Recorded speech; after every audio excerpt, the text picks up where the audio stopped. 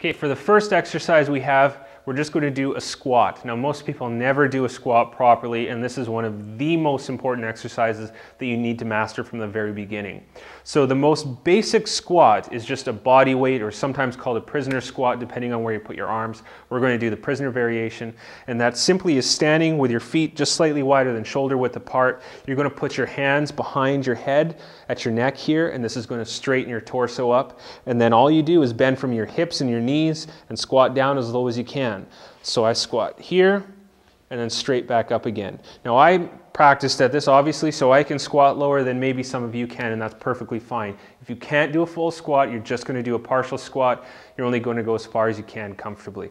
I apologize if my mic starts getting staticky here as I'm moving around, but I just want to continue to demonstrate this. So hands behind the head, shoulders back, elbows back, keep your chest up, and then squat down as low as you can. I'm going below parallel, so my thighs are below parallel to the floor. Some people say that that's not a good thing. I entirely disagree.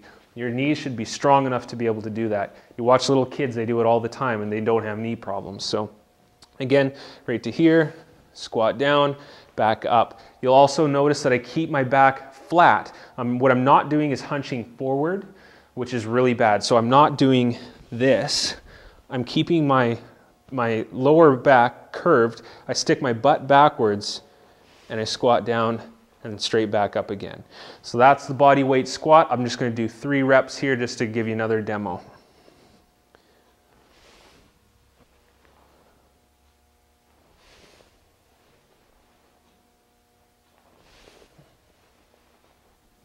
And there you have the squat. Again, prisoner squat or body weight squat.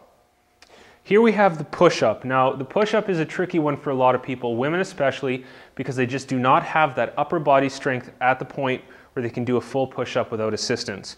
I'm going to show you a full push-up first, and I'm going to show you the assisted version second. So most people have seen the push-up, but I'm going to go through a few different cues with you here. So start by getting on your knees, hands slightly wider than shoulder width apart. On your toes, lift yourself up, and then go right down to the floor, and then right back up. You do not want to lift your hips up as you do this, and you do not want to let your hips sag down as you do it either. Keep your back flat. My butt sticks out a little bit. It's just because I have a big butt. And then down to the floor, and then straight back up again. So that's a push-up in the most basic form. Now, if you can't manage that, you're going to do the assisted version, which is like so.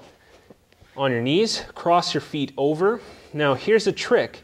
You want to lower your hips down, because usually what happens is you stick your butt back, and it makes it too easy. So push your hips down, and this will flatten your back, chest to the floor, straight back up, just like that.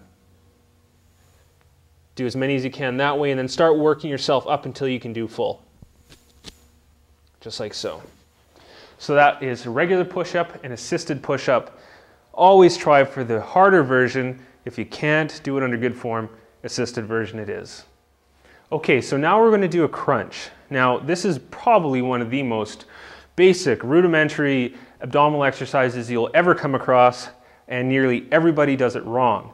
And the reason for that is because most people try and throw their back into it. Now, I don't want you to throw your back into it. You want to just use your abdominal muscles. And I'll show you exactly what I'm talking about in a second. But you need to have a good, strong abdominal core before you can go on to other more difficult exercises. Otherwise, your back starts to get out in things. So for instance, if you have a poor abdominal core strength, you try and do some exercises, even a lat pull down on a machine, what you're going to find is that your lower back just gives out on you. You always have back trouble.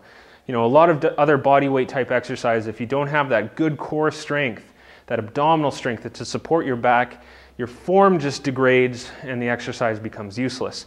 So we're going to learn how to do a proper crunch. Now, even if you've done thousands and thousands of crunches in your lifetime, you probably haven't been doing them exactly correct, so let's show you exactly how to do that. So, set yourself on the floor, feet flat on the floor, important, knees up. You're going to lie down. Now here's the trick. You'll always have a little bit of a curve under your lower back. That's perfectly fine, but what you want to do is crunch up until that lower back flattens out. And we're not going beyond here. Most people try and go up like this. That's an actual sit-up. A sit-up for most people is going to put way too much pressure on their lower back. We're just doing the crunch. So down here, hands, I usually put them across my chest, but because of my mic, I don't want to do that right now. So I'm just going to hold my hands up here, but you'll cross them over across your chest. Crunch, blow out the air as you come up, back down. Just tap your head to the floor just lightly. The next one starts, blow the air out. Now, what I want you to do is when you actually crunch up like that, I want you to hold. You're going to hold and blow out the air. When you blow out the air, your stomach muscles actually contract more, so you get that, and the muscles tighten up. That makes your crunch even more effective, probably 30% more effective if you blow out the air as you crunch up. You're also going to hold it there for a second. So as you come up, you're going to crunch, hold, blow the air out, and then back down. As soon as you touch your head to the floor, you start the next one. So you're under constant tension. You do this correctly, instead of doing 30, 40, 50 crunches, you'll find you do 8 or 10, and there'll be plenty. So I'm just going to give a demo here. Again, hands up.